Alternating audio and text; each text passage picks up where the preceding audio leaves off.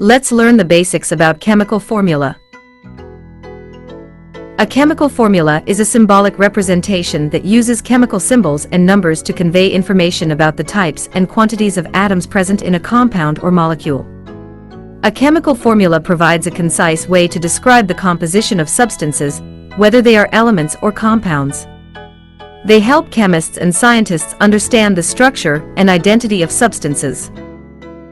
Parts of a chemical formula. Consider the formula of water, H2O. We see that it has coefficients. Coefficients. These are the numbers that appear in front of the chemical formulas of the reactants and products. They represent the relative number of molecules or moles of each substance involved in the reaction.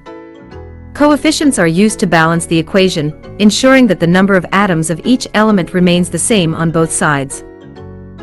Element or compound symbols. These are abbreviated symbols that represent the elements present in the compound. For example, H represents hydrogen, O represents oxygen, C represents carbon, and so on. Subscripts. These are small numbers written to the lower right of the chemical symbols.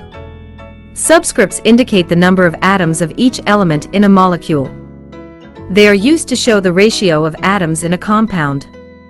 For example, in the formula, H2O. The subscript 2 indicates that there are 2 hydrogen atoms for every 1 oxygen atom. It also means that there are 2 hydrogen per 1 mole of water. State symbols. These indicate the physical state of the reactants and products. Common state symbols include S for solid, L for liquid, G for gas, and AQ for aqueous, means it is dissolved in water. Let's practice. Try to solve for the number of moles and number of atoms. How many moles of oxygen are in 0.150 mole aspirin, C9H8O4? How many oxygen atoms are in 0.150 mole aspirin, C9H8O4? Pause this video for a while and solve. Very good, now let's proceed.